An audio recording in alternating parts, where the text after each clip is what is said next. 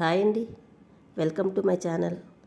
ఈరోజు అయితే నేను చాలామంది నన్ను చాలా రోజులుగా అడుగుతుంది చికెన్ పికిల్ అండి. నాన్ వెజ్ పికిల్స్ అడుగుతున్నారు. దాంట్లో ఈరోజు చికెన్ పికిల్ ప్రిపేర్ చేశాను, అది మీకు చూపిస్తాను. ఇలాగా నేనైతే ఈ స్టైల్లో చేస్తానండి. నాకు నాన్ వెజ్ పికిల్స్ బిజినెస్ కూడా ఉంది. మొట్టమొదటిసారిగా మీకోసం నేను యూట్యూబ్లో ఇలాగ చికెన్ పికిల్ ఎలా పెట్టని చూపిస్తున్నాను. ఇది నార్మల్గా మనం ఇంట్లోని కర్రీ కోసం తెచ్చుకునే చికెన్ లాంటిది, అంటే బోన్లెస్ రెండు కూడా ఉంటాయి. శుభ్రంగా ముందు 2-3 సార్లు శుభ్రం వాష్ చేసుకున్న తర్వాత కొంచెం పసుపు, అదే మనం ఒక పావు స్పూన్లో సగం పసుపు, పావు స్పూన్లో సగం సాల్టు, ఒక అరచెక్క నిమ్మరసం పిండి చక్కగా ఈ చికెన్ బాగా ఒకసారి పట్టించి నీళ్లు పోసి మళ్ళీ 2-3 సార్లు శుభ్రంగా వాష్ చేసుకోవాలండి. వాష్ చేసుకొని వాటర్ అంతా తీసిన తర్వాత ఇప్పుడు ఈ చికెన్ శుభ్రం అయిపోయిందండి. ఇప్పుడు దీంట్లోకి చాలా కొంచెం సాల్ట్ అండి, తర్వాత కొంచెం అంటే పావు వంతులు ఇంకా తక్కువే, చూసారు కదా. అది మనం ఉప్పు పసుపు వేసుకొని చక్కగా ముక్కలన్నిటికీ బాగా పట్టించి స్టవ్ వెలిగించుకొని మూత పెట్టి మనం కుక్ చేసుకోవాలండి. మంట మీడియంలో ఉండాలి. కుక్ చేసుకుంటే ఒక 5-6 నిమిషాలు పోయేసరికి చికెన్లోంచి వాటర్ అంతా బయటికి ఊరుతుంది. ఊరితే ఆ బయటికి వచ్చిన ఆ వాటర్ తోటే ఈ చికెన్ అంతా సాఫ్ట్గా కుక్ అవుతుందండి. మళ్ళీ మూత పెట్టేసి మనం మళ్ళీ కుక్ చేసుకోవాలి. ఇది 1/2 kg చికెన్ అండి, అంటే 500 గ్రాముల చికెన్. నార్మల్ చికెన్, అంటే బోన్లెస్ చికెన్ కట్ట కాదు. ఇది మామూలుగా మనం ఇంట్లో కర్రీ కోసం తెచ్చుకునే చికెన్. ఇలా పికిల్ తయారు చేశాను చూడండి. అంతా నీరంతా ఆరిపోయింది, చూసారు కదా. ఇప్పుడు మనం ముక్క చూస్తే ఉడికిపోద్ది. అప్పటికే మనకి 80% సాఫ్ట్గా కుక్ అయిపోద్ది. చాలా బాగా కుక్ అయిపోద్దండి, చూడండి. అలా కుక్ అయిపోద్ది. మనకి నీరు అన్నది ఇంకా అస్సలు మిగలదు. మొత్తం నీరు చికెన్లోంచి రిలీజ్ అయిన నీరుతోటే చికెన్ కుక్ అయిపోద్ది అన్నమాట. ఇప్పుడు దాన్ని మనం పక్కన పెట్టుకుందాం. ఇప్పుడు పికిల్ కోసం మసాలాలు తీసుకుందాం చూడండి. 10 యాలకులండి, 10 లవంగాలు, స్టార్ అనాస 1,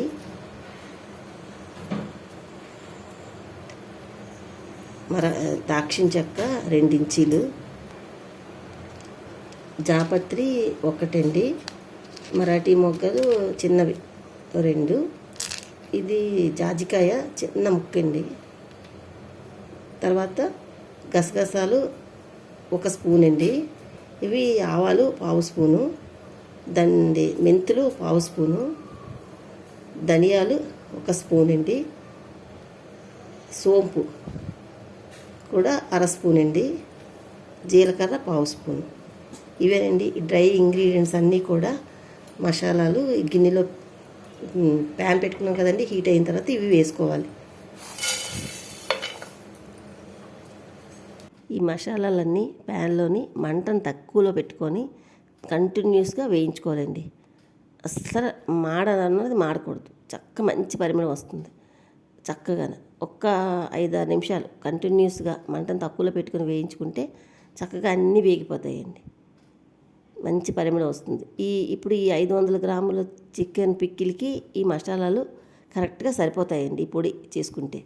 అలా అంతా అయిపోయిన తర్వాత దాన్ని ప్లేట్లోకి తీసేసుకుందాం. వేగిపోయే మసాలాలన్నీ ఏమాత్రం రంగు మారకూడదు, కానీ పచ్చి లేకుండా పర్ఫెక్ట్గా వేగాలి. అలా వేసి ఆ మసాలాను పక్కన పెట్టేసుకుందాం. ఇప్పుడు 500 గ్రాములు అంటే 1/2 kgకి చికెన్ పిక్కిల్కి 1/2 kg ఆయిల్, వేరుశనగ నూనె వేసానండి.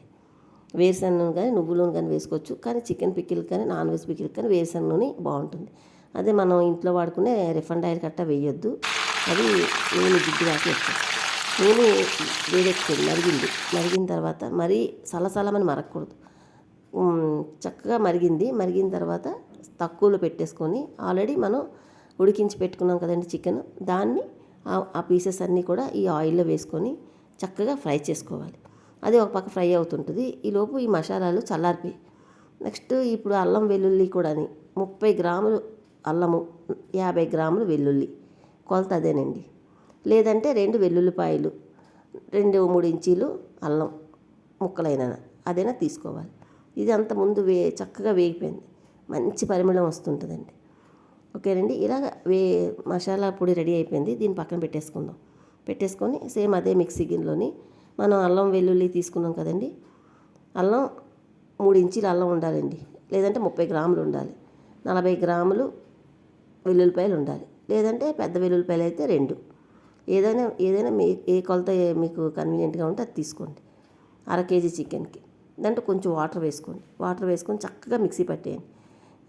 పికిల్ పెడతాం కదా, మరి వాటర్ వేసాం అనుకోక్కర్లేదు. వాటర్ వేసిన ఆ వాటర్ అంతా ఆరిపోయిన దాకా మసాలా వేయించుకుంటాం కనుక అది ఏమీ పికిల్ పాడవదండి. ఇలాగా చక్కగా ముక్కలన్నీ చక్కగా క్రంచీగా వేగిపోతాయి.